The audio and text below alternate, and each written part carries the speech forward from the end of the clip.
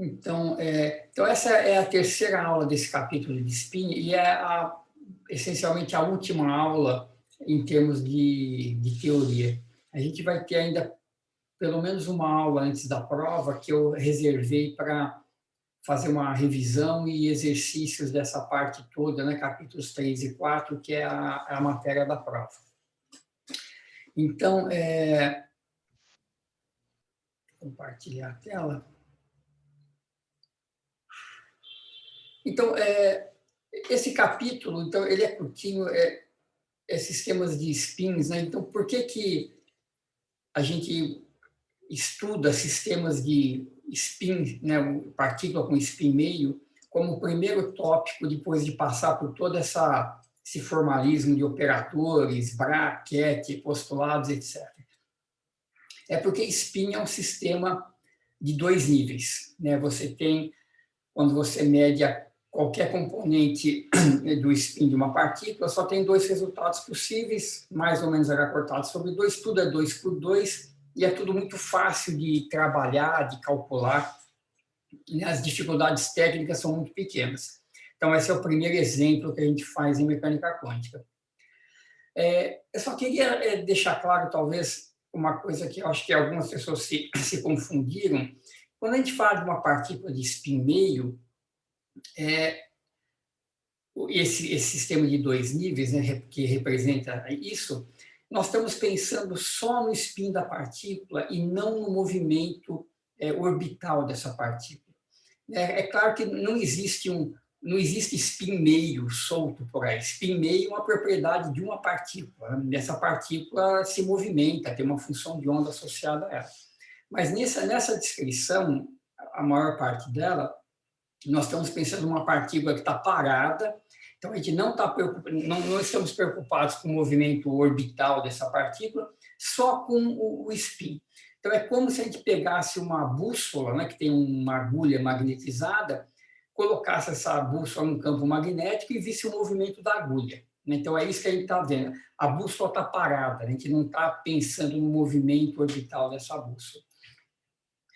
A não ser no caso que eu comentei rapidamente na aula passada, quando eu tentei, então, dar uma descrição aproximada dos átomos de prata no experimento de Stern-Gerlach. Ali eu estava acoplando, de fato, energia cinética com a energia de interação do spin com o campo magnético, para mostrar, né, que a trajetória da partícula sofre esse desvio devido a essa interação com o campo magnético. Mas, tirando isso que eu passei mais ou menos rápido, e a gente vai voltar nisso mais para frente, a ideia aqui é pensar só no spin, só no sistema com os dois níveis do spin. Então, nessa última parte, desculpa, nessa última parte, então, desse capítulo, nós vamos generalizar esse problema de spin para um sistema qualquer que tenha apenas dois níveis. Então, como eu comentei, exemplos, né, são sistemas de muitos níveis, onde o sistema fica basicamente no estado fundamental e no primeiro estado excitado. Ele não tem acesso aos estados mais excitados, então a gente pode considerar esse sistema como sendo efetivamente de dois níveis. Tá? Então, essa última aula é sobre isso. A gente vai esquecer um pouco do spin, mas a gente vai ver que todo aquele formalismo vai voltar aqui, mas é um sistema genérico de dois níveis. Tá? Então, a ideia é a seguinte. Imagina que eu tenho uma newtoniana, H0, que tem dois autoestados, φ1 e φ2, com energias E1 e E2. Tá? Então, esses estados são ortogonais, φ e φj é delta e j. Então, nessa base φ1 e φ2, a newtoniana do sistema é diagonal, certo? E1. Deixa eu me arrumar melhor aqui. 0, 0 e 2. Tá? O estado φ1 é o 1, 0, o estado φ2 é o 0, 1. E o que nós vamos fazer nessa aula é descrever o comportamento desse sistema quando ele é perturbado.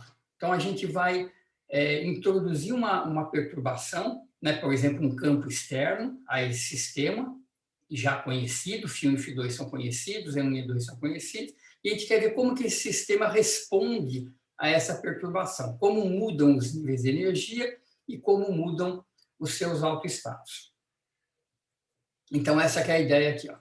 Então, eu vou considerar agora um sistema que é aquele H0, que é aqui o E1, E2, 0, 0, mais uma perturbação W genérica, que é então representada nesse espaço 2 por 2 por essa matriz W1, W12, W21, W22. A única restrição que eu vou fazer é que esse operador W seja hermitiano, certo? Eu quero que o H seja um observável, então tudo aqui tem que ser hermitiano. Então, para que o W seja hermitiano, W1 e W2 devem ser reais e W21 deve ser igual a W12 estrela. Né? A condição do operador ser hermitiano é que é WJ, é WJI estrela. Então, se você põe igual a J na diagonal, eles têm que ser reais, né? WII é WII estrela, então eles são reais, e os outros são um complexo conjugado do outro.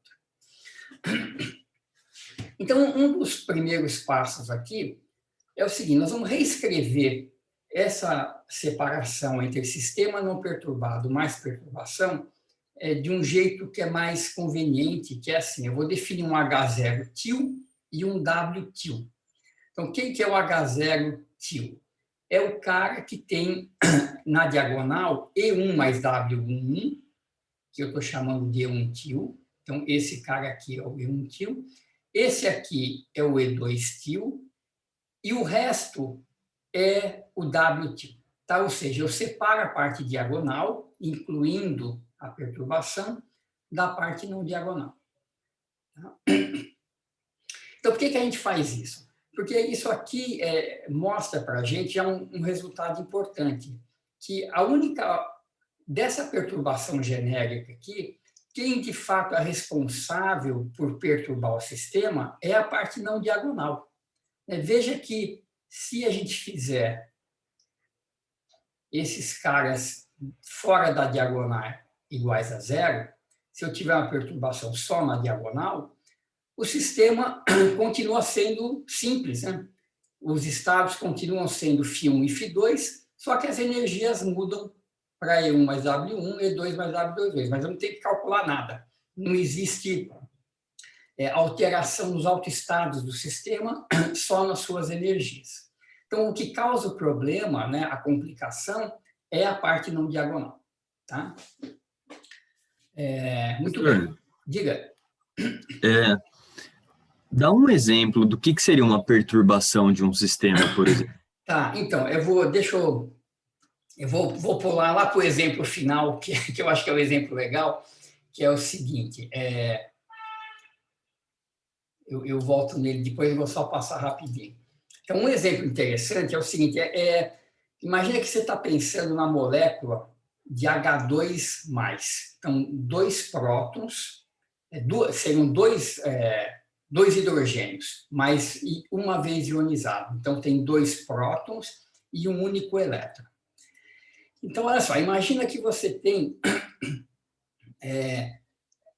você está interessado no estado fundamental dessa molécula. Então, você pode pensar assim, ó, os meus prótons são pesados e eu considero eles fixos aqui, P1 aqui, P2 aqui. Eu posso ter uma situação onde o elétron está preso num próton, então eu tenho um hidrogênio mais um próton, ou que o elétron está preso no outro próton. Então, aqui é 2. Eu teria um próton mais um outro hidrogênio aqui. Então, nesses casos aqui, quem que é a newtoniana do elétron? A newtoniana do elétron, ela é complicada. Mesmo que eu pense que os prótons estão fixos na posição R1 e R2, o que o elétron sente ele tem uma energia cinética e ele tem uma atração com o próton 1 e com o próton 2. Certo? Isso aqui aqui não tem quadrado, eu preciso corrigir isso aqui. A energia potencial, 1 sobre R. Certo? Então, o elétron sente a interação com os dois prótons. Mas, numa primeira aproximação, se eu quiser entender esse problema, eu posso pensar assim, vamos considerar que o elétron, tanto na situação 1 quanto na situação 2, ele sente basicamente o próton ao qual ele está ligado. Então, aqui na primeira situação, eu tenho um H0, que é P2 sobre 2M, mais a interação com o único próton. Tá? E aí, qual que vai ser a perturbação? A perturbação vai ser a interação com o próton que está faltando. Tá? A mesma coisa, e aqui é simétrico, né? Só troca o próton de lugar. Então, eu posso pensar o seguinte, eu tenho um H0, que é o 1 hidrogênio, certo? O hamiltoniano de um hidrogênio. Esse hidrogênio pode ser o hidrogênio 1 ou o hidrogênio 2. Então, o H0, ele é um cara assim. Ele é degenerado, vou chamar aqui de E0. Tanto faz se o elétron está num próton ou está no outro, ele tem a sua energia, que é o estado fundamental do seu hidrogênio, e o outro próton não faz absolutamente nada. Isso aqui seria o meu H0. É um sistema de 2 níveis, porque o elétron pode estar aqui ou o elétron pode estar aqui. E esses dois estados são simétricos e, portanto, são idênticos, né? São exatamente degenerados. E eu considero a ação do outro próton como uma perturbação. Tá? Então, isso aqui seria o H0, né? A ação de um próton sobre o elétron, e a ação do segundo próton, que está mais distante, vamos dizer assim, como uma perturbação. E a gente vai ver que é interessante que a gente vai ver que, resolvendo aquele problema, quando a gente inclui esse cara de forma... Então, isso aqui você vê que é uma aproximação para um sistema de 2 níveis, né? Só que tem muito mais níveis, mas o estado fundamental teria ou o elétron aqui ou o elétron aqui, só teria esses 2 níveis. A gente vai ver que, quando a gente leva em conta o segundo próton, a energia do sistema abaixa, né? As energias do sistema perturbado vai ser uma delas um pouquinho acima do E0, e a outra delas, menos, um pouquinho abaixo do E0. E essa energia que é um pouco abaixo do E0 é uma situação, a gente vai ver, onde a função de onda é uma combinação dessas duas coisas com pesos iguais. Então, é como se o elétron ficasse parte do tempo aqui, parte do tempo aqui, estabelecendo, portanto, essa ligação química, né, entre os dois prótons. E essa é a energia do estado fundamental, ela é menor do que a energia, então a configuração estável, né, de menor energia, é aquela onde o elétron então, fica passeando entre os dois prótons. Tá? Então, esse aqui seria um exemplo desse tipo de situação. Tem um segundo exemplo, que é a molécula de benzeno, é muito parecido, que você tem 6 carbonos e 6 hidrogênios aqui conectados. O carbono é um cara que tem 4 ligações livres, né? Então, ele tem uma ligação aqui, uma ligação dupla com um carbono vizinho. Só que aqui também você tem uma degenerescência, porque a ligação dupla, né, pode estar aqui ou pode estar aqui, né? Ela pode estar entre os carbonos, sei lá, 1 e 2, ou entre os carbonos 2 e 3, né? Vamos dizer assim. Então, são 2 estados degenerados novamente. Nenhum desses 2 estados é o estado fundamental da molécula de benzeno. O estado fundamental é uma combinação linear das duas, que tem energia ainda mais baixa. Ou seja, o estado do sistema quântico, a ligação dupla fica meio que pulando, né, de um sítio para o outro, e isso é o que dá a energia mais baixa. Tá? Então, vamos resolver o problema, depois a gente repassa esses exemplos para entender essa questão desses estados fundamentais. Espera só um pouquinho que tem aqui perguntas. Legal. Então, vamos lá, a gente volta aqui daqui a pouco. Então, tá aqui. Então, esse é o problema, que vamos resolver isso aqui. A gente vai ver que todo aquele formalismo de spin vai acabar aparecendo aqui, porque é um sistema 2x2. Tá, então, eu vou tratar o problema dessa forma. Então, o que eu vou chamar de H0 agora é o H0 til, porque ele é diagonal, ele tem essas energias já um pouquinho deslocadas, mas continua diagonal. E quem vai causar o estrago é o W12 e W21, que são não diagonais. Então, vamos lá. Eu vou escrever aqui a solução desse problema. Então, o que a gente tem que fazer para resolver o problema? A gente tem que diagonalizar, né, essa hamiltoniana total. Achar os autovalores e os autovetores. Eu vou colocar aqui o resultado, a gente dá uma analisada e depois eu calculo para vocês e mostro que a solução de fato é essa. Tá? Então, achando os autovalores do sistema, nós vamos encontrar esses caras aqui. Então, um é mais e um é menos. Eles são dados por EM, é uma equação de segundo grau que a gente cai, né? Então vai ser um EM mais ou menos uma raiz quadrada. EM, que está aqui fora, é a média do E1 til e o E2 til, então é a média dos autovalores, já incluindo a parte diagonal da perturbação. Delta é uma coisa bem importante, é a diferença de energia entre E1 til e E2 til, e W12 é a perturbação. É o módulo quadrado que aparece aqui, então tanto faz W21 ou W12, porque eles têm o mesmo módulo. A gente vai ver que a diferença entre os níveis de energia, você vê que nos exemplos que eu mostrei lá atrás, E1 e E2, né, ali no meu H0, são exatamente iguais, né, um sistema exatamente degenerado, então é equivalente a ter um delta igual a zero. E isso vai ser bem importante. Então, os níveis de energia são dados por isso, depois daqui a pouco a gente faz a conta. E os autovetores são dados por psi mais e psi menos, que, né, grande surpresa, são os autoestados de um spin, né, com componente medida na direção U determinada por θ e φ. Né? Lembra daquela coisa que projeta o spin numa direção arbitrária θ e φ? Esses são os autovetores. Aqui um outro problema, não tem nada a ver com spin, mas a gente pode escrever os autovetores daquela hamiltoniana da mesma forma, só que o θ e φ agora depende das variáveis do sistema. Então, a gente vai ver que esse φ que aparece aqui é a fase do W21. Né? Lembre que o W21 e o W12 são um complexo conjugado do outro. Então, esse φ é a fase do W21.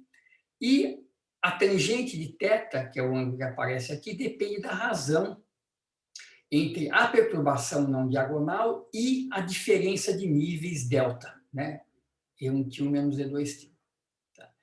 Se vocês forem olhar no livro do Cohen, ele simplesmente joga fora o W11 e o W22. Ele fala, esses caras não têm efeito nenhum, porque eles não alteram, né, os autoestados do sistema, a gente pode considerar eles iguais a zero. Tanto faz, a gente pode ou considerar que eles não estão lá, ou a gente pode considerar que eles de fato estão lá, como, né, em vários casos vão estar, e que simplesmente as energias mudam de E1 e E2 para E1 til e E2 til. Tá? Mas o que é importante é que a diferença entre essas energias aqui tem um papel importante. Tá? Esse delta vai ter um papel relevante. Então, você vê, olha só qualitativamente qual é o resultado. Se não tem perturbação, se W12 é zero, tangente de θ é zero e, portanto, o θ é zero. Então, se o θ é zero, o seno é zero, o cosseno é 1, então o psi mais é φ1, a menos de uma fase. E o psi menos é o φ2, também a menos de uma fase.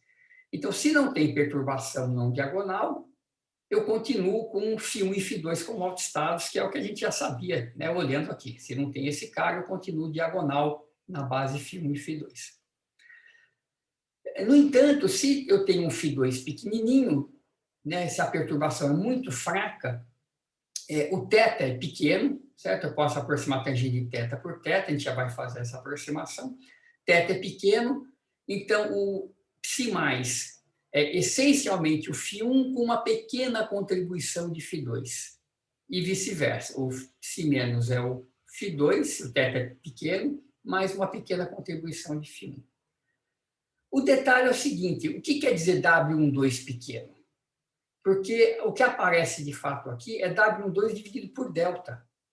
Então, o que é importante não é que W12 seja pequeno. A perturbação fraca acontece se W12 for bem menor do que delta.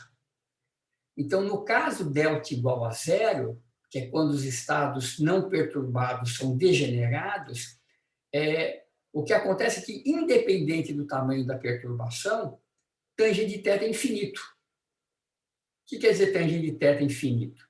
Quer dizer que, então, se delta for zero, tangente de θ é infinito e, portanto, θ é π sobre 2, certo? É onde a tangente fica infinita. E se vocês jogarem aqui isso na equação, vai aparecer cosseno de π sobre 4, seno de π sobre 4, né, nos dois estados, que é 1 sobre raiz de 2. Então, a gente vai ter a mistura máxima entre os estados φ1 e φ2. Vai ser 1 sobre raiz de 2 de um mais o outro, a menos de fases. Tá?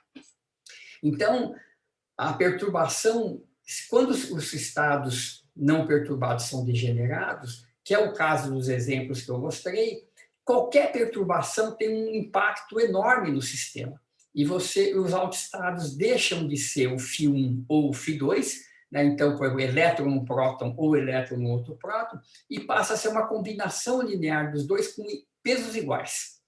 Então, o elétron vai estar num próton e no outro próton ao mesmo tempo, fazendo, então, um zigue-zague entre os dois prótons e mantendo a molécula unida.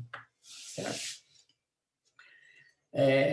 Então, a aula é essa. Tá? Isso aqui, a gente já viu tudo e só vai fazer conta agora para destrinchar um pouquinho esses resultados, mas esse é o espírito dessa aula. Então, se você tem esses sistemas onde você tem dois estados, e isso é bastante aplicado nesse tipo de exemplo que eu dei lá no fim, né? Que você tem uma situação ou outra situação, e elas são simétricas, né? O fato de elas não serem, de fato, autoestados do Hamiltoniano faz com que o estado fundamental do sistema seja uma combinação linear dos dois com o mesmo peso, né? Se eles são, de fato, degenerados.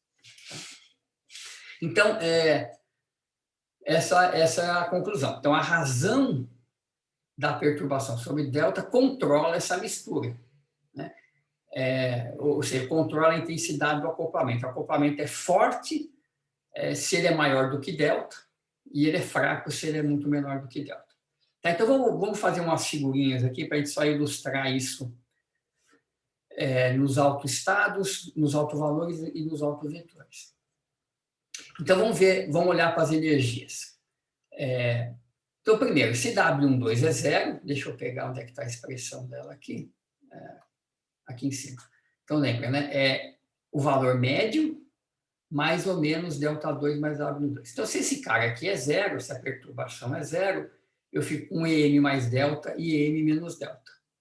Esses são os autovalores do sistema. Se vocês substituírem aqui o EM e o delta, vocês vão ver que o E mais é o E1 e o E menos é o E2, que são as diagonais ali do H, quando não tem a perturbação W12. Então, se a gente plotar esses níveis de energia em função de delta, deixa eu já mostrar a figurinha que a gente vai usar aqui do livro, é essa daqui, ó. Então, imagina que eu vou desenhar esses níveis de energia em função da separação entre eles, né, que é o delta. Então, quando eu não tiver separação nenhuma, os níveis de energia são iguais, certo? Se delta é zero, os níveis de energia são iguais, E1 igual a E2. Eu estaria nesse ponto aqui, que é os níveis ambos iguais ao EM. Se o delta aumenta, né, então se a diferença de energia aumenta, quer dizer que o E1 sobe, o E2 desce, certo? É isso aqui. O E mais aumenta, o E2 diminui, e é uma reta, né? O E mais EM mais delta. Então, em função de delta, isso aqui é uma reta com inclinação 1, essa reta aqui.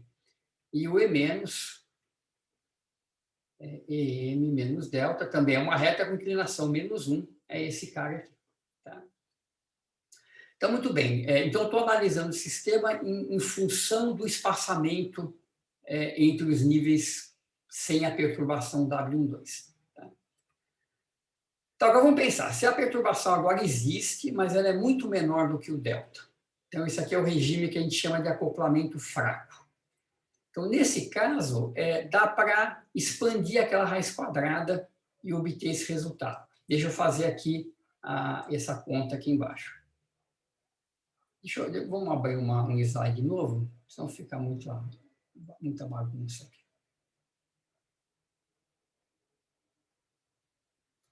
Tá, então, vou pegar aqui os níveis de energia, eles são... Então, E mais ou menos é o EM, mais ou menos, raiz quadrada, vou pegar aqui, de delta2 mais W12 ao quadrado.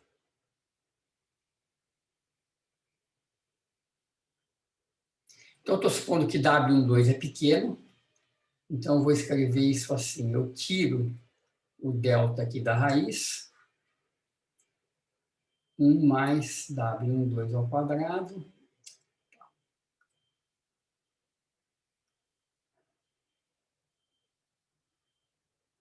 sobre delta ao quadrado. Então, isso aqui é pequeno, e eu vou expandir isso aqui, então, até a primeira ordem. Então, isso aqui é aproximadamente EM mais ou menos delta, que multiplica 1 mais 1 meio disso daqui.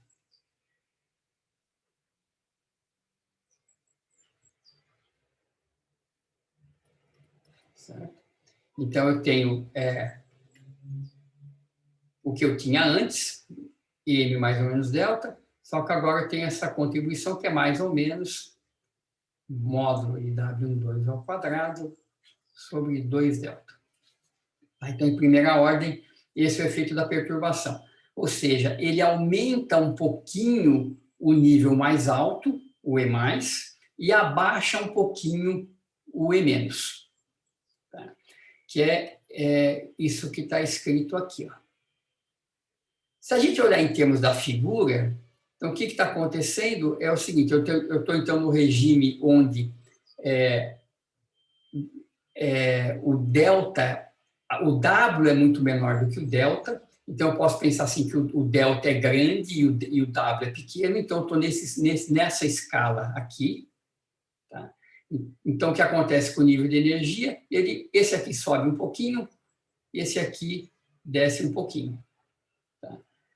Essas curvas que estão desenhadas aqui em cor mais escura é a solução exata. Então, essas curvas escuras é o plot disso aqui. Tá? Então, eles têm essa cara dessas hipérboles aqui. Tá? Então, quando delta é pequeno, a diferença entre eles é pequena. Agora, o regime de acoplamento forte, então, por que é acoplamento fraco? Porque o nível muda um pouquinho só. Tá? Daqui ele sobe um pouquinho, daqui ele desce um pouquinho. E a gente vê que, conforme o delta vai ficando bem grande, eu vou me afastando para o regime onde a separação é grande, esse cara vai a zero e eu me aproximo da reta que eu tinha antes. Então, é isso que está acontecendo aqui. Então, essas assíntotas aqui se aproximam das retas, que é o caso não acoplado. Tá? E, por outro lado, o regime de acoplamento forte, quando o delta é muito menor do que o W12, a gente faz a aproximação inversa. Então, se o W é muito grande, eu posso desprezar o delta e o E mais e menos fica EM mais ou menos o módulo de W12. Então, no regime de acoplamento forte, a gente joga fora o delta, e aqui eu tenho um efeito grande. Né? Então, eu estou aqui no delta igual a zero, então joguei fora o delta. Os valores desacoplados eram idênticos, porque delta é zero. Um deles, então, ganha um salto grande, e o outro deles vai bem para baixo. Então, aqui, onde o delta é igual a zero, é a maior o maior efeito da perturbação. Joga um nível lá para cima, joga o outro lá para baixo. Conforme esse delta vai ficando maior, o efeito da perturbação fica menorzinho. Então, você tem um salto menorzinho.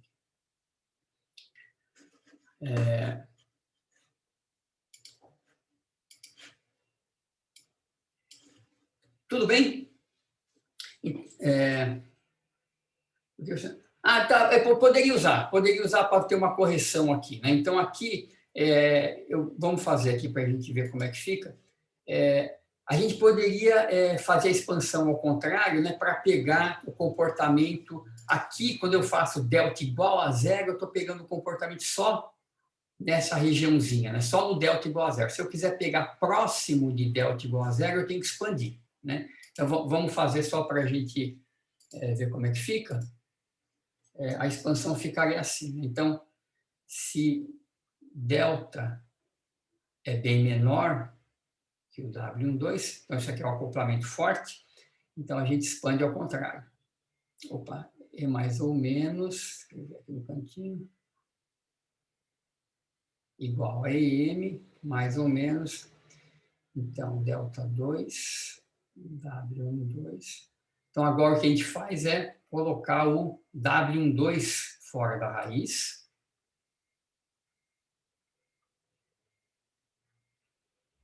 Mais delta 2, W12. Então, é simétrico, né? Expande ali em primeira ordem. Então, o que vai ficar? Vai ficar EM mais ou menos o W12, que é o primeiro termo aqui do 1. E tem um meio, né? Contribuição do meio, que vai ficar, então, delta 2 sobre 2 módulo de W12. É interessante essa conta, boa pergunta aí do Matheus, pelo seguinte, né? Quando a gente faz expansão para delta grande e W pequeno, em função de delta, né, a expansão fica EM mais delta, e aqui fica um termo 1 sobre delta. Aqui eu fico EM mais W12, que seria o termo de ordem zero, né? E eu tenho uma contribuição delta quadrado aqui. Então, é uma contribuição tipo uma parábola, né? Então, por isso que a gente vê que próximo de delta igual a zero, isso aqui é uma parábola, tá vendo? Uma parábola para cima ou uma parábola para baixo, perto de delta igual a zero. Então, você tem uma correção que como é que está aqui?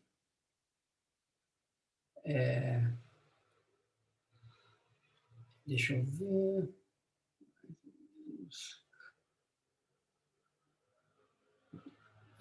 Isso. Então, isso aqui, essa conta aqui só vale para delta pequeno, né? Então, você tem para delta zero EM mais W12 e você aumenta um pouquinho a distância. Então, daqui... É engraçado, eu achei que ia dar um sinal trocado aqui. Deixa eu ver. Mais ou menos delta. Deixa eu só um segundo aqui. Não está certo.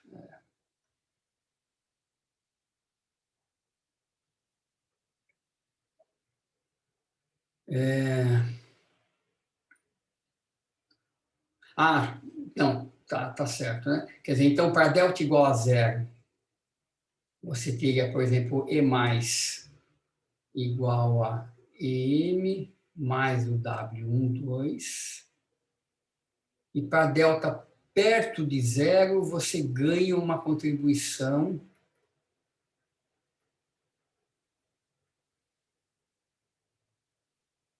o denominador não está ao quadrado, tem razão. Aqui matou um quadrado aqui. Deixa eu corrigir aqui. Mata o quadrado. Isso.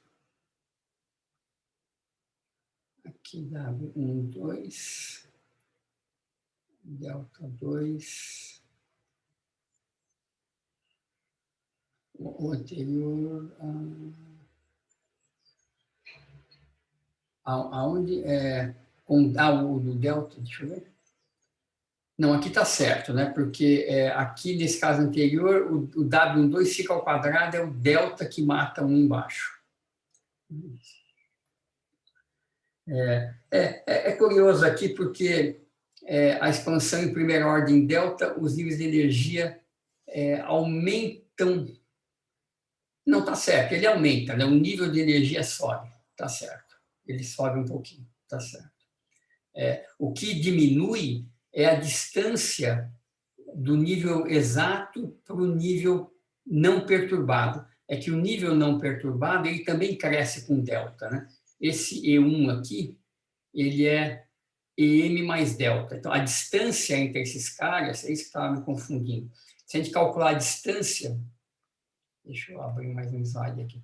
Vou calcular a distância entre o nível perturbado, que é esse aqui, EM mais W12 mais W12 mais, como é que é? Delta 2 sobre 2W12. E o nível não perturbado, quem que é o nível não perturbado? É esse cara aqui, ó.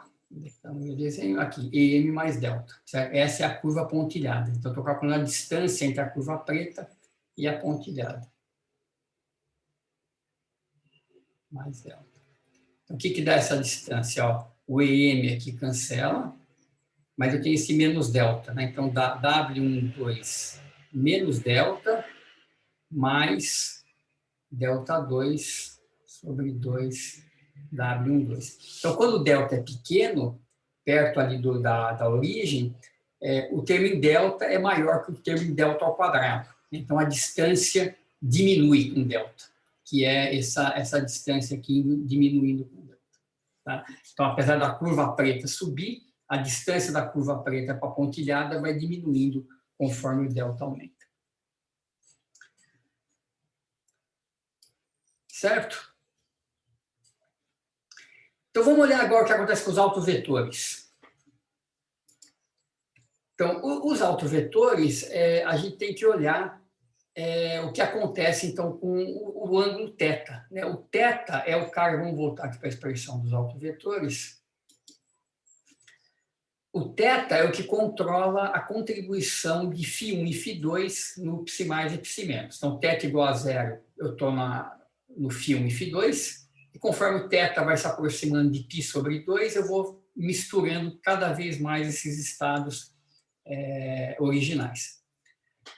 Então, é a mesma análise. Então, a tangente de θ é W12 sobre delta. Então, se o acoplamento é fraco, então esse cara é pequeno, menor do que 1, o θ, então, é pequeno, tangente de θ eu posso aproximar por θ, certo? E é um θ pequeno. Então, o que acontece com o θ pequeno? O cosseno de θ é aproximadamente 1, quando o θ é pequeno, e seno de θ é aproximadamente θ, certo? Então, se a gente... Deixa eu voltar aqui nas expressões.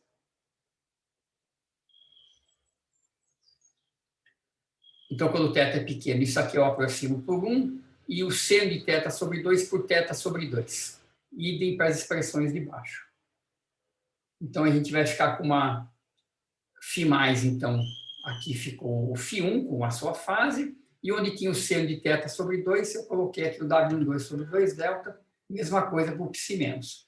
Então, como esses caras são pequenos, o ψ mais é próximo de φ1, é φ1 mais uma pequena contribuição de φ2, e mesma coisa para o φ menos. Então, você tem uma pequena variação nos estados. O interessante é o acoplamento forte, né, quando o tangente de θ é muito maior do que 1, e isso acontece, então, quando o delta é perto de zero, quando tem a degenerescência. Então, θ é π sobre 2, quando a tangente explode, e cosseno de θ de π sobre 4 e seno de π sobre 4 são 1 sobre raiz de 2. Tá? Então, todo aquele seno e cosseno é tudo igual a 1 sobre raiz de 2, nesse limite, e a gente tem uma mistura completa, né, dos estados φ1 e φ2. Então, eles são bem misturados, né? A energia do ψ mais é mais alta, a energia do ψ menos é um pouco mais baixa que o seu resultado não perturbado, e esse ψ menos, então, é o estado fundamental do sistema. Então, o estado fundamental abaixa a sua energia, então a perturbação meio que liga, né, os estados, né, φ1 e φ2.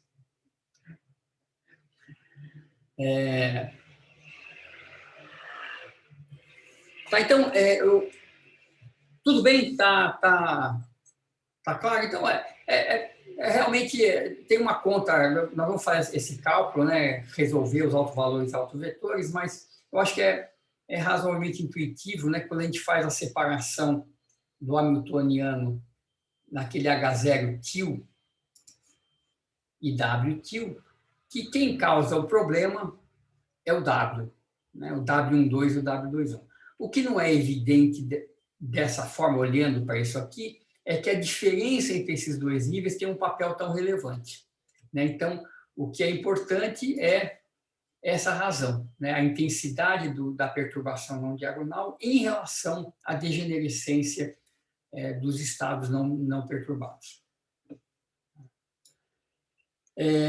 Então, antes da gente fazer esse cálculo ainda, que eu vou fazer daqui a pouco, eu quero mostrar um último resultado que é interessante, é um resultado famoso, é conhecido como oscilações de Rabi. Esse cara ganhou o Prêmio Nobel de Física pela descoberta da ressonância nuclear magnética, né, que é uma coisa super importante para fazer essas imagens médicas, né, que a gente tem hoje em dia. Elas são baseadas em oscilações de momentos magnéticos de moléculas do nosso corpo em resposta a um campo magnético externo, né? Então, a gente aplica, a gente entra naqueles tubos lá de ressonância, tem um campo magnético super forte que faz os spins do nosso corpo ali rodar e emitir radiação, essa radiação é medida e, com isso, as imagens são construídas. Então, é um efeito bem importante. E tem essa coisa que chama oscilações de Rabi, que tem a ver com a dinâmica desses sistemas de dois níveis. Então, qual que é a ideia aqui? Então, a ideia é a seguinte, vamos fazer dinâmica, né? Então, nós temos um sistema perturbado, nós fizemos cálculo de energias, autoestados do hamiltoniano completo, vamos olhar agora para a dinâmica desse sistema. Então, a ideia é a seguinte, imagina que o sistema é preparado num autoestado φ1, sabe, que é um autoestado do H0. Então, é como, lá no nosso exemplozinho aqui, se eu pegasse e preparasse uma molécula de hidrogênio onde o elétron está orbitando num dos prótons apenas. Tá? Essa é a minha condição inicial. E eu quero ver qual que é a dinâmica disso. Então, esse estado de um elétron aqui, que é um autoestado do H0, ele não é um autoestado do hamiltoniano completo. O hamiltoniano completo é mais complicado, tem um outro próton também.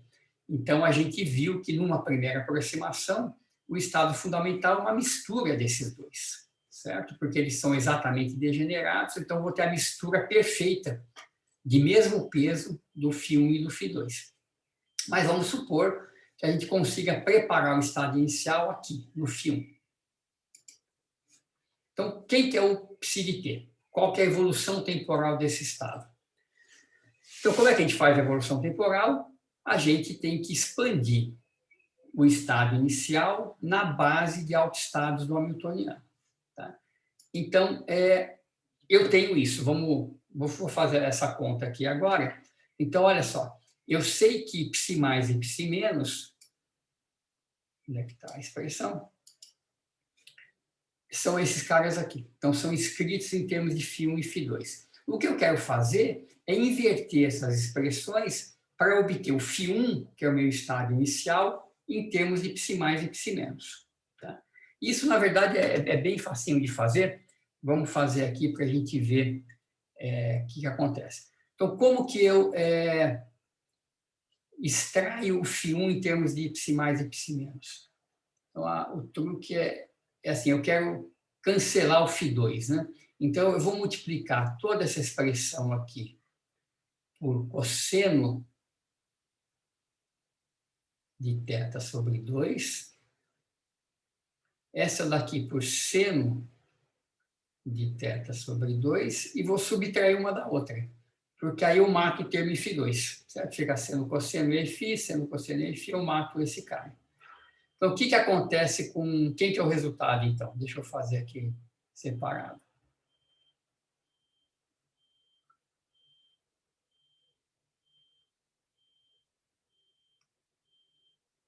Então, eu vou ter aqui, ó, cosseno de θ sobre 2 psi mais, eu estou subtraindo de seno de θ sobre 2 psi menos.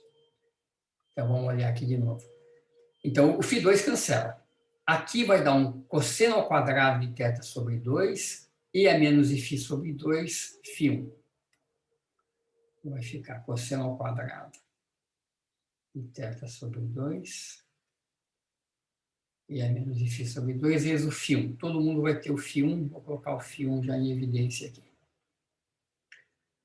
O segundo termo, eu estou subtraindo um do outro, né? Então vai ficar menos seno ao quadrado, quando eu subtrair fica mais seno ao quadrado, e a menos φ sobre 2, sim.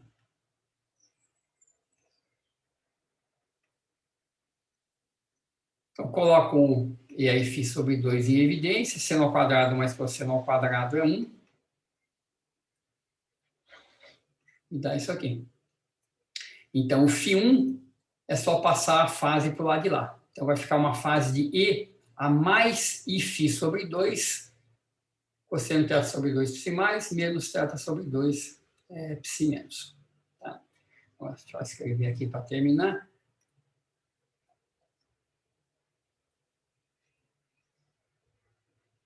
Então, está aqui o meu estado inicial escrito em termos dos autoestados do Hamiltoniano. Então, é isso que está escrito aqui. Está aqui, ó. Então, esse é o φ1, eu fiz aqui para o φ2 também. Tá? Então, em vez de subtrair, se você somar, né, fazer a mesma operação ao contrário, você isola o φ2 e o φ2 dá isso aqui. Tá? Então, tá aí. Então, nós preparamos o estado como autoestado, como φ1, em t igual a 0. Então, o psi de 0 é exatamente esse cara de cima aqui. Então, quem que é o psi de t? Tranquilo, né? Se eu tenho a expansão nos autoestados, o hamiltoniano independe do tempo, né? Então, para eu achar o psi de t, o que eu faço? Eu multiplico cada um desses termos pela sua evolução temporal, e menos t sobre a cortada. Certo? Essa é a receita para a evolução temporal. Então, está aqui, ó. Então, e aí φ sobre 2, colocou em evidência, cada autoestado aqui ganha a sua fase, e eu tenho meu psi de t. Então, em t igual a 0, se eu fizer t igual a 0, esses caras somem, eu sei que eu estou exatamente no φ1. O que eu vou perguntar aqui é o seguinte: qual que é a probabilidade de eu fazer uma medida sobre esse sistema no tempo t e obter o resultado φ2? Ou seja, qual que é a probabilidade de eu, vamos voltar por exemplo, ter começado o sistema aqui e medir o sistema aqui, com um elétron do outro lado. Tá? Ou se eu quiser, eu posso refrasear essa questão, né? Assim, qual que é a probabilidade de eu medir o autoestado de H e encontrar o E2, né, em vez de encontrar o valor E1. Tá? Então, qual que é essa probabilidade? Ora, a probabilidade de eu ter partido de φ1 e encontrar o sistema em φ2 é o projetal psi de t em φ2 módulo quadrado. Isso aqui é P2, aqui. Isso aqui é a probabilidade de ele estar no nível 2. Tá? Então, tendo começado em 1, qual que é a probabilidade de eu encontrar ele do outro lado, né, no outro nível? Então, o que é essa probabilidade? Então, vamos calcular esse cara. É só eu pegar o psi de t, que é esse sujeito todo, e fazer o produto escalar com φ2, certo? E aí tomar módulo quadrado. Então, o φ2, é por isso que eu calculei ele aqui em cima, eu vou escrever de novo ele aqui para a gente poder fazer o produto escalar. Vou escrever o brá do φ2 para a gente poder fazer o brá escalar o ket. Então, vamos ver. Vai ficar E a mais de φ sobre 2 seno θ sobre 2.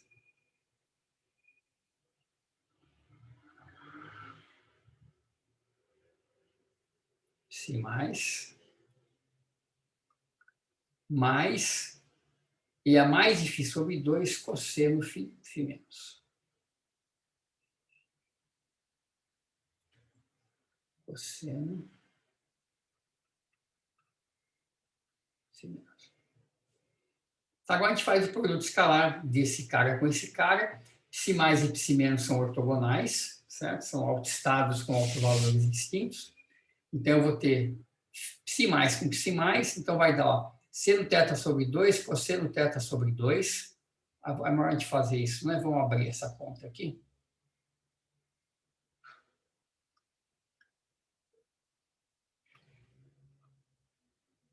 Psi 2, psi...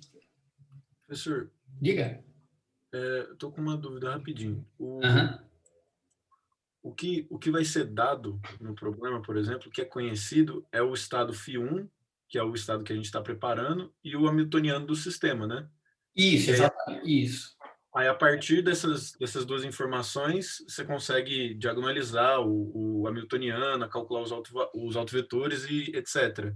Então, o θ e o φ são parâmetros que dependem do hamiltoniano. Isso, exatamente. São aqueles caras, o tangente de θ é o W12 sobre delta, o φ é a fase do W21. Isso, depende do hamiltoniano. Então, dado o hamiltoniano, você tem o θ e o φ, você tem o psi mais e o psi menos, o E mais e o E menos, você tem tudo. O que é dado... Diga. E o φ1 também tem que ser dado, né? Tipo, o estado inicial do sistema. Isso. Então, na verdade, além de ser dado o hamiltoniano completo, né, é dado também essa separação do que é o H0 e o que é o W. Né? Porque o que ele está fazendo é pensando numa situação desse tipo aqui, onde eu tenho um H0, vamos dizer assim, que é fácil de resolver. Então, esse H0 aqui é o estado fundamental de hidrogênio, eu sei fazer isso. Tá? Então, eu tenho um H0 e eu tenho, então, as energias desse H0 e eu tenho φ1 e φ2, que são os autoestados de H0. Dado o H0, o H, então, vai ser pensado como H0 mais uma perturbação. Então, o φ1 e φ2 é mais do que dar só o φ1. Né? Eu estou dando um H0, cujos estados são φ1 e φ2, e o H total é o H0 mais a perturbação. Tá? Tá? Então, e a ideia é a seguinte, é preparar o estado do sistema num autoestado de H0 e ver como... Eu sei que esse cara aqui, que é o autoestado de H0, não é autoestado de H. O autoestado de H é o psi mais e o psi menos. O autoestado de H0 é o φ1 ou o φ2. Então, se eu insistir em preparar um estado, o sistema num φ1, o que vai acontecer? Ele vai começar a andar, porque ele não é estacionário, ele não é autoestado. Então, ele vai começar a ir para um lado e para o outro. E aí, essa oscilação que a gente vai querer olhar. Tá? Entendi, valeu. Então, aqui eu estou calculando essa probabilidade, né? Dado que eu preparei ele de um lado, qual é a probabilidade de encontrar ele do outro lado? Né? Então, φ1 escalar φ2. Então, vamos fazer esse produto escalar. Então, olha, vai ficar E aí φ, esse φ sobre 2 com esse φ sobre 2 dá um E aí φ, seno, cosseno.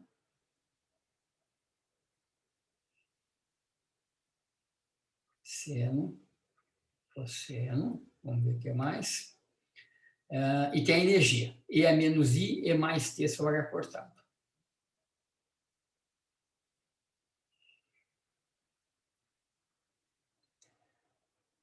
E agora eu tenho o produto de psi menos com psi menos. Então, o sinal vai ser menos.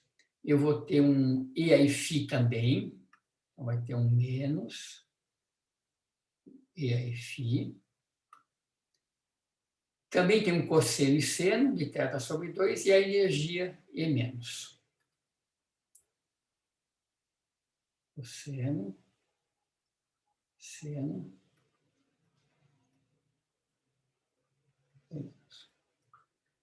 Então, isso aqui dá para colocar um monte de coisa em evidência, né? Tem um E aí φ em evidência.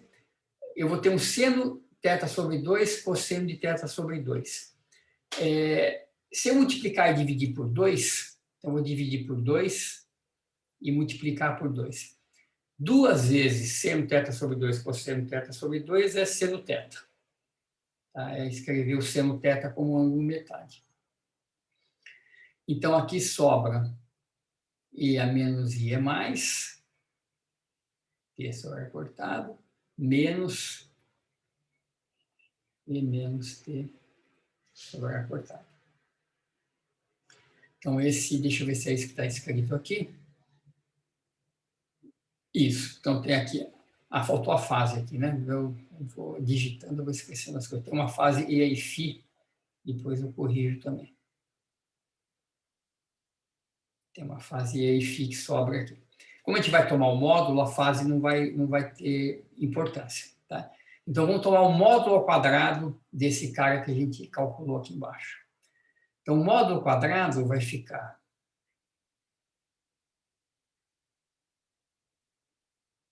Então, a fase some, fica seno ao quadrado de θ dividido por 4. E aqui é o módulo quadrado disso. É isso vezes o seu complexo conjugado, certo? Então, eu vou ter um termo... Vamos escrever para não ficar confuso. Então, tenho esse cara.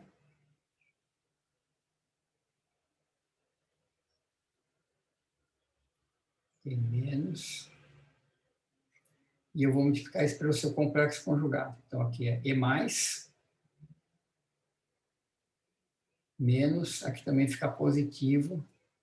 E menos.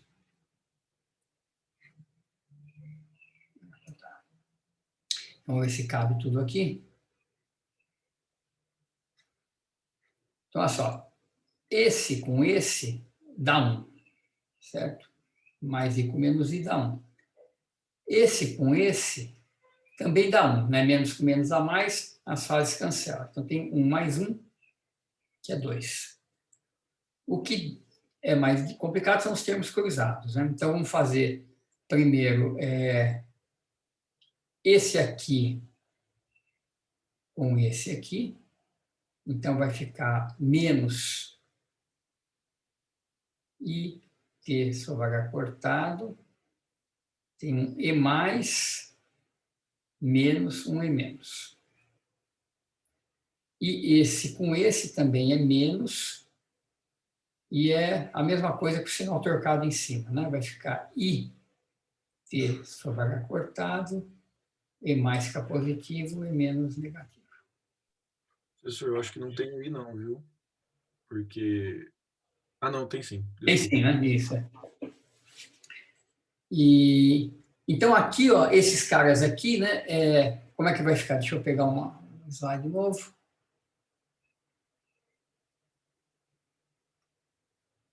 Vai ficar então, como é que era? Eu tenho 1/4 de seno ao quadrado, 2, e agora eu tenho esse menos aqui, ó, vou colocar um colchete maior aqui fora, e eu vou colocar esse menos em evidência. Certo? Então, se eu dividir por 2 e multiplicar por 2, eu faço aparecer um cosseno aqui. Então, fica 2 menos 2 cosseno de E mais menos E menos T sobre H cortado. Então, posso, deixa eu ver, jogar, é isso que está aqui? Deixa eu jogar esse 2 lá para dentro. Então, fica seno ao quadrado de θ.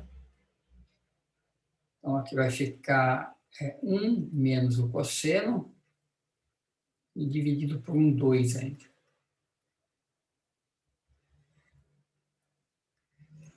Esse é o resultado. Tá, então, é isso que está escrito aqui. Esse é o resultado. E o que a gente vê é o seguinte, se você plotar isso aqui, esse cara que está aqui no colchete, se você vir T igual a 0, o cosseno de 0 é 1, 1 menos 1 é 0. Então, a probabilidade de você estar no estado 2 é 0, porque você preparou no estado 1, certo? Então, começa do 0. O maior valor que isso aqui acontece, que isso aqui atinge, é quando o cosseno for menos 1, certo? Ou seja, quando o argumento for π, quando E mais menos E menos T sobre H cortado for igual a π, então o cosseno é menos 1 com esse menos a mais, vão ficar 2 sobre 2 dá 1. Então aí você está no máximo, então você vê que esse colchete está sempre entre 0 e 1, ele atinge o máximo aqui nesse valor, πh cortado sobre a diferença dos níveis, esse é meio período da oscilação, e a amplitude é dada por isso aqui. Tá? Toda essa oscilação entre 0 está multiplicada por seno quadrado de θ. Né? Então, quem que é o seno quadrado de θ? Ora, a gente conhece a tangente de θ. Né? Tangente de θ é W12 sobre delta. Então, dá para escrever o seno quadrado de θ em termos da tangente, deixa eu ver se eu vou acertar aqui, você escreve isso aqui como tangente θ sobre 1, tangente ao quadrado de θ sobre 1 mais tangente ao quadrado de θ. Vamos ver se é isso aqui.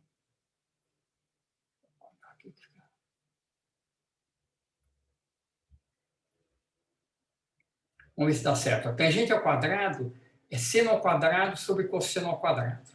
Então, aqui no denominador, eu uso seno ao quadrado sobre cosseno ao quadrado, tiro o mínimo, vai um cosseno ao quadrado para cima, né? Vê que isso aqui dá o seguinte, ó, se eu escrever aqui como seno ao quadrado sobre cosseno ao quadrado em cima. E aqui, mesma coisa. É ruim de escrever pequenininho aqui, sobre cosseno ao quadrado. Você vê, tirando o mínimo aqui, eu vou jogar um cosseno ao quadrado para cima que vai matar esse daqui. Embaixo vai ficar cosseno ao quadrado mais seno ao quadrado, que é 1. Então, isso aqui é de fato seno ao quadrado.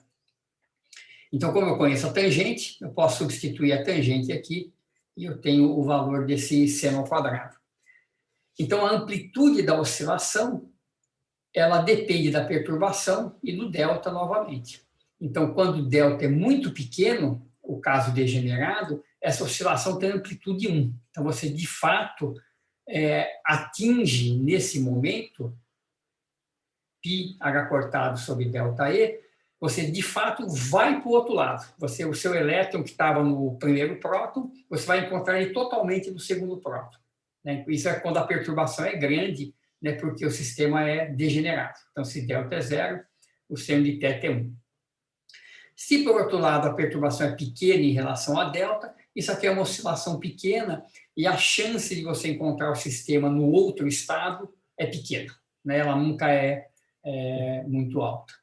Então, e esse negócio oscila com o tempo, né? Essa oscilação tem um período característico. Você vê que, novamente, aqui você tem essa forma, né, do princípio de incerteza de energia-tempo, né? E vezes T é da ordem de H cortado. Né? Então, esse tipo de coisa sempre acaba aparecendo. Então essas aí são as oscilações de Rabi. Certo? Isso isso. Eu vou só, para terminar, vou fazer a conta lá dos autoestados, dos autovalores, para a gente ficar com aquele cálculo feito, mas voltando então aqui nos exemplos, né? Então é isso.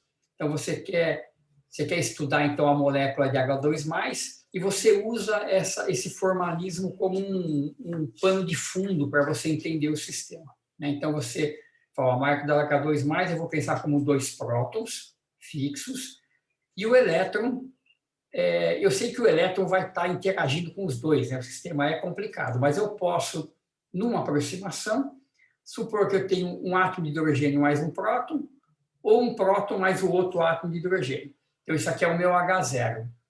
É um cara simples de fazer. O elétron só interage com um próton.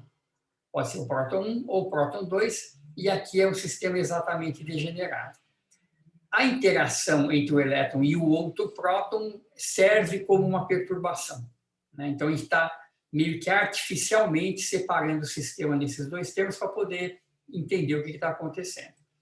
Então, tratando a outra interação do elétron com outro próton como uma perturbação, a gente sabe dessa teoria que o sistema vai ter 2 níveis de energia superacoplados, porque o sistema é exatamente degenerado, o delta é 0, né?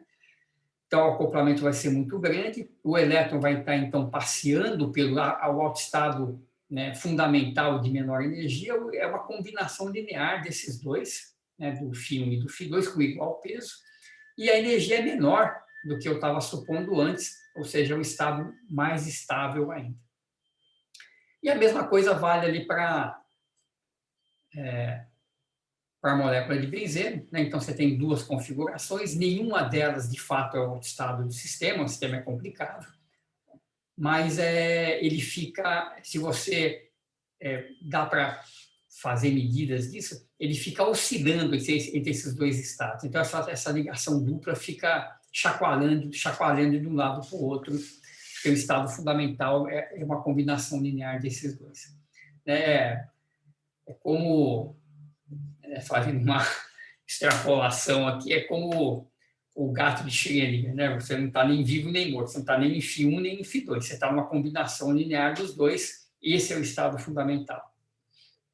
Mas você pode tentar medir, né, se o sistema, se a ligação dupla está aqui ou está aqui. Se você fizer uma medida, né, se a ligação está aqui ou está aqui, você vai encontrar os resultados com probabilidade que depende do tempo, né? Esse cara está oscilando no tempo, né? Esses estados estão oscilando no tempo. Se você de fato está no estado fundamental, a probabilidade é meio, né, de estar em um ou estar no outro.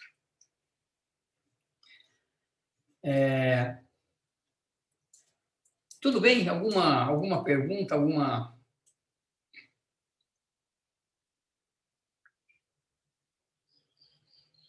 Eu queria só para terminar a aula fazer essa conta, né, mostrar como é que a gente de fato diagonaliza esse sisteminha e cai nesses resultados. É uma conta 2 por 2, né, é simples de fazer. Os autovalores saem imediatamente, os autovetores, né, colocar os autovetores nesse formato é um pouquinho mais chatinho, né? Tem uns truquezinhos para que a gente consiga colocar eles exatamente nessa forma, que é a forma do spin que a gente viu. Isso, então, é legal esse problema, que de fato ele usa esses conceitos todos que a gente viu, né, nos capítulos anteriores, né? Operadores, né, o fato do operador ser hermitiano, né, impondo esses vínculos aqui nas perturbações, medida, evolução temporal, né? Então é a aplicação direta dos postulados num sistema simples, né, entre aspas, porque é 2 por 2, nada é mais simples que 2 por 2. Aqui as coisas vão piorando depois. Nosso próximo sistema vai ser o oscilador harmônico, que eu tenho certeza que vocês vão gostar muito, é muito bacana o jeito que a gente vai resolver o oscilador harmônico. A gente vai usar um monte de propriedades de operadores e vai determinar todo o espectro, todas as autofunções de um jeito bem elegante. Então, vamos lá. Então, vamos fazer, deixa eu fazer essa conta aqui para a gente fechar. E isso aqui, então, fecha o capítulo. Nós vamos ter, então, uma aula a mais de exercício só. Tá? Uma aula inteira de exercício, de revisão. Então, acho que está tranquilo antes de começar o oscilador harmônico, antes de fazer a prova. Então, vamos lá. Deixa eu escrever, então. Então, eu vou partir daqui, ó. Deixa eu abrir aqui um slide.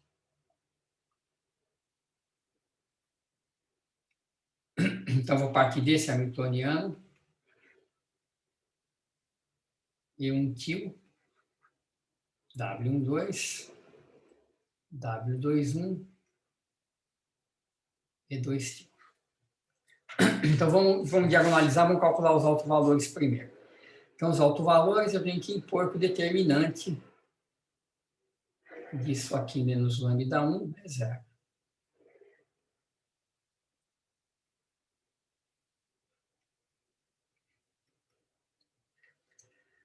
E esse lambda vai ser o E mais e o E menos, né? Vão ser os autovalores. Então, vamos ver que esse produto aqui da diagonal vai ficar lambda 2 menos lambda E1 tio mais E2 tio mais E1 tio, E2 tio. E agora tem menos esse produto aqui. Como um é o complexo conjugado do outro, eu vou escrever, então, W12, W21 como módulo de W12 ao quadrado. E está aqui, né? Então, a solução desses caras vão ser os níveis de energia. Então, esses, né, lambda, vão ser os E's. Então, eu já vou escrever aqui, em vez de lambda, vou escrever já E mais ou menos. Então, menos B sobre 2A. Então, dá E1 tio mais E2 tio sobre 2, que é o EM.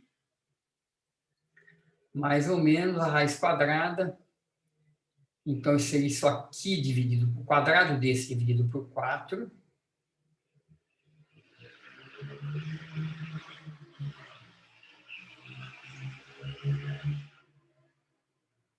Menos esse daqui.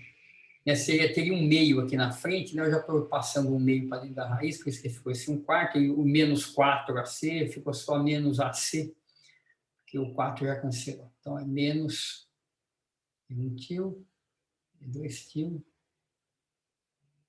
2 ao quadrado. Então, o que acontece com esse termo aqui é o seguinte, né? Se você olhar para esse pedaço, eu tenho E1 tio ao quadrado sobre 4, mais E2 tio ao quadrado sobre 4, mais eu tenho duas vezes E1 tio, E2 tio sobre 4, que na verdade dá 1/2, né? De E1 tio, E2 tio. Esse 1/2 do produto, E1 tio, E2 tio, mata um pedaço aqui, né? Eu tenho menos 1. Então, mais 1/2 do produto, menos um produto, dá menos 1/2 do produto. E todo esse cara aqui pode ser escrito, então, assim, ó. Então, E mais ou menos. Então, aquele primeiro termo é o que a gente chamou de EM, esse valor médio. O que sobrou dentro da raiz ficou E1 tio menos E2 tio ao quadrado mais W12 ao quadrado. Então, esse quadrado E1 tio sobre 4 e E2 tio ao quadrado sobre 4 é o que sai desses primeiros termos aqui. E o termo cruzado que sobrou é um menos 1/2, né, de 1 tio E2 tio, que é o resultado de eu ter mais 1/2 aqui, menos 1 aqui. Tá? Então, esses caras se combinam nesse produto simples. E isso aqui é o que a gente chamou de delta. Isso aqui é o EM, mais ou menos delta 2 mais W12. Tá? Então, tá aí os autovalores. Então, os autovetores, eles são mais chatinhos, então vamos calcular o autovetor psi mais. Então, o psi mais, então eu vou supor que é um cara dessa forma, e eu vou, então, aplicar H no psi mais, dando E mais psi mais. Então, vamos escrever essa equação aqui. Então, o H é esse aqui. Vou aplicar no AB. Isso tem que dar o E mais, que é aquele cara lá de cima, com sinal mais, vezes o AB. Então, aqui eu tenho duas equações, mas essas equações são equivalentes, né? Eu tenho uma condição adicional de normalização. A2 mais B2 igual a 1. Então, vamos pegar a equação de cima, né? E1 tio vezes A, mais W12 vezes B.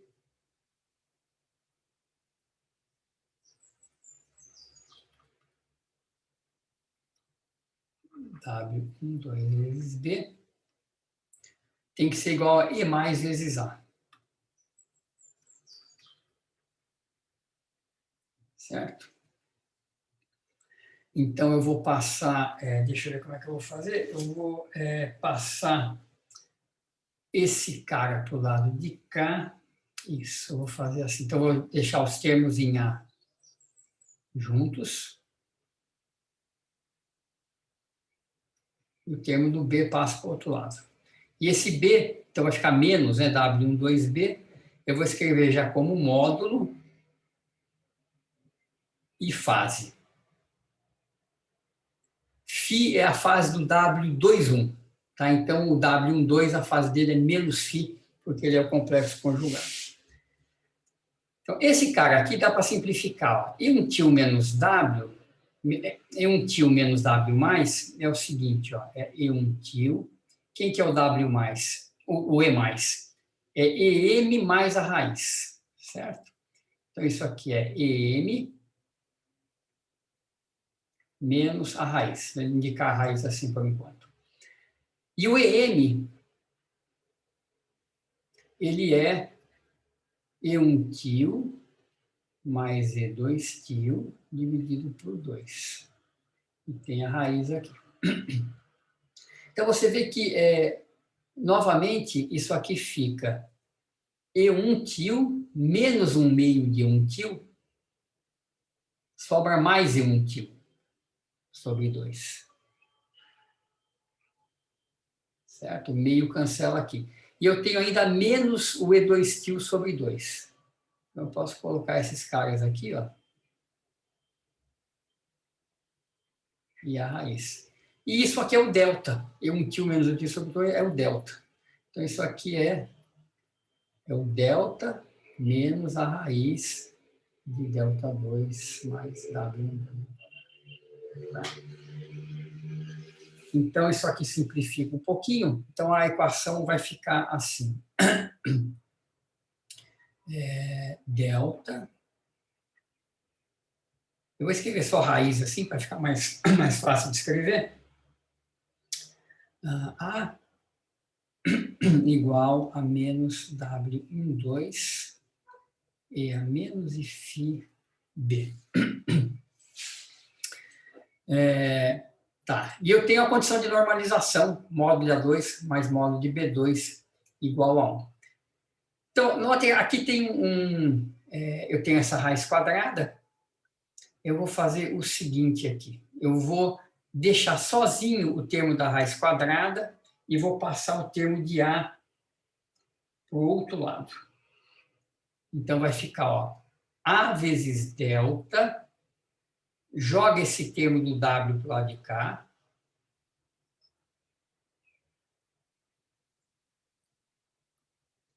mais W12 e a menos Φb,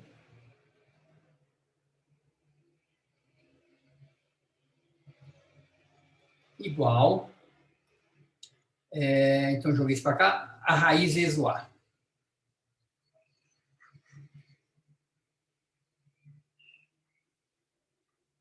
Certo? Está aqui. Então, o que eu vou fazer agora? Eu vou tomar módulo quadrado dessa expressão dos dois lados. Então, vou multiplicar cada termo pelo seu complexo conjugado, e aí vai aparecer módulo de A ao quadrado, módulo de B ao quadrado, e eu vou usar módulo de A ao quadrado mais módulo de B ao quadrado igual a 1. Tá? Então, vamos ver o que acontece. Eu vou multiplicar isso aqui pelo seu complexo conjugado. Eu vou escrever aqui o complexo conjugado para a gente ver quem que ele é. Delta é real, isso aqui é real, e aí Φ B estrela igual a A estrela, e a raiz é toda real. Então, multiplica termo a termo. O que vai dar? Esse com esse dá delta 2 módulo de A2. Esse com esse dá, as fases cancelam, dá módulo de W12 módulo de B2. E aí eu tenho os termos cruzados, esse com esse e esse com esse. Então, eu vou ter delta W12, que é comum para todo mundo. Aí eu tenho para esse aqui A, B estrela e aí Φ. E para o outro eu tenho A estrela, B e a menos e Φ.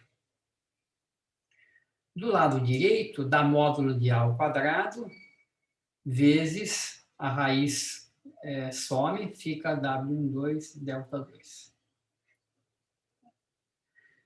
Então, olha só, esse cara aqui mata com esse, A2 delta 2. E o resto está aqui. E eu sei, então, que vou usar a condição de normalização. Então, como é que eu vou fazer isso? Eu vou escolher módulo de A. Eu vou escolher o A como sendo, deixa eu seguir aqui, cosseno de θ sobre 2, e B seno de θ sobre 2, mais uma fase. Porque se eu escolher assim, o quadrado disso mais o quadrado disso dá 1, eu garanto a normalização. As fases eu vou escolher da seguinte maneira. Olha aqui, ó, tem esse monte de fase estranha aqui, né? Então, se eu tenho um E e Φ aqui. Então, se eu escolher o A como tendo fase menos Φ sobre 2, e o B não é igual, é vezes. Vezes. E o B também, e deixa eu ver aqui, e aí Φ sobre, e a mais Φ sobre 2, você vê que com essa escolha eu consigo manter a normalização, modo de A quadrado mais modo de B ao quadrado vai dar 1, e além disso essas fases cancelam, ó. Eu vou ter um menos Φ sobre 2 aqui, o B estrela dá outro menos Φ sobre 2, que dá um menos Φ, mata com esse Φ. E a mesma coisa acontece no outro termo. Tá? Então essa aqui é uma escolha que mantém a normalização e mata essas fases todas que eu preciso matar aqui, porque tudo o resto é real, né? Só que é real, só que é real. Então, escolhendo dessa forma, vai dar assim, ó, W12 ao quadrado,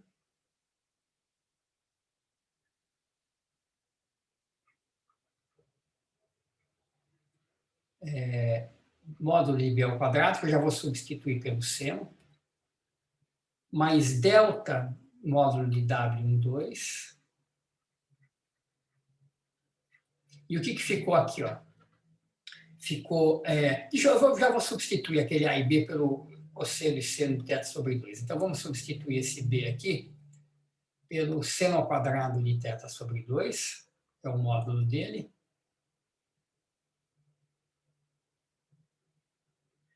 Certo? E aqui, tá, então ficou mais delta W. O que vem aqui? Fica um A vezes, então as fases vão cancelar, então vai ficar cosseno de θ sobre 2 vezes seno de θ sobre 2, aqui, sem fase, e aqui também, as fases também cancelam, e fica novamente os módulos, que é seno de θ sobre 2 e cosseno de θ sobre 2.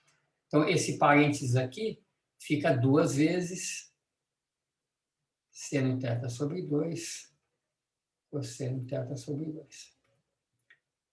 E isso tem que ser igual a cosseno ao quadrado de θ sobre 2, da módulo de W12.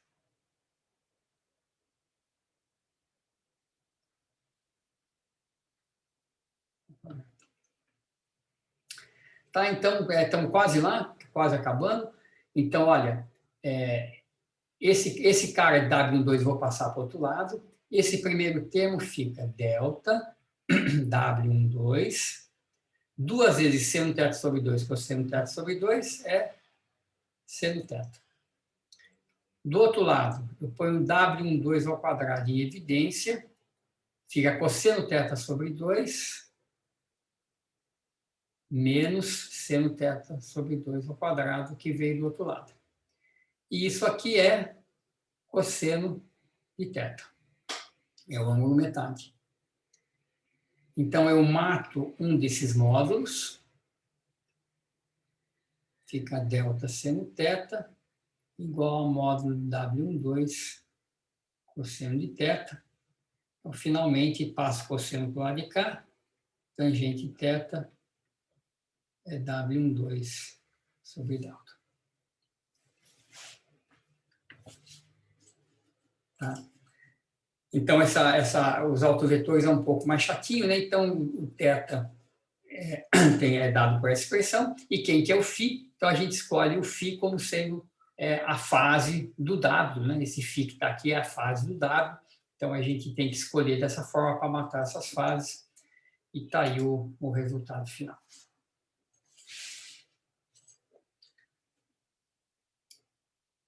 Tudo bem? Deu para acompanhar aqui a conta? É uma conta bem chatinha, né? Você tem que meio que saber o caminho para chegar, senão a gente acaba se enrolando bastante. Mas é interessante, né? É um sistema de 2 níveis, e todo sistema de 2 níveis acaba tendo essa cara de um sistema de spin, né? Tem um nível aqui, um nível ali, dá sempre para escrever as coisas com essa cara de um S, né? É o S projetado em alguma direção, vai ser o autoestado do sistema.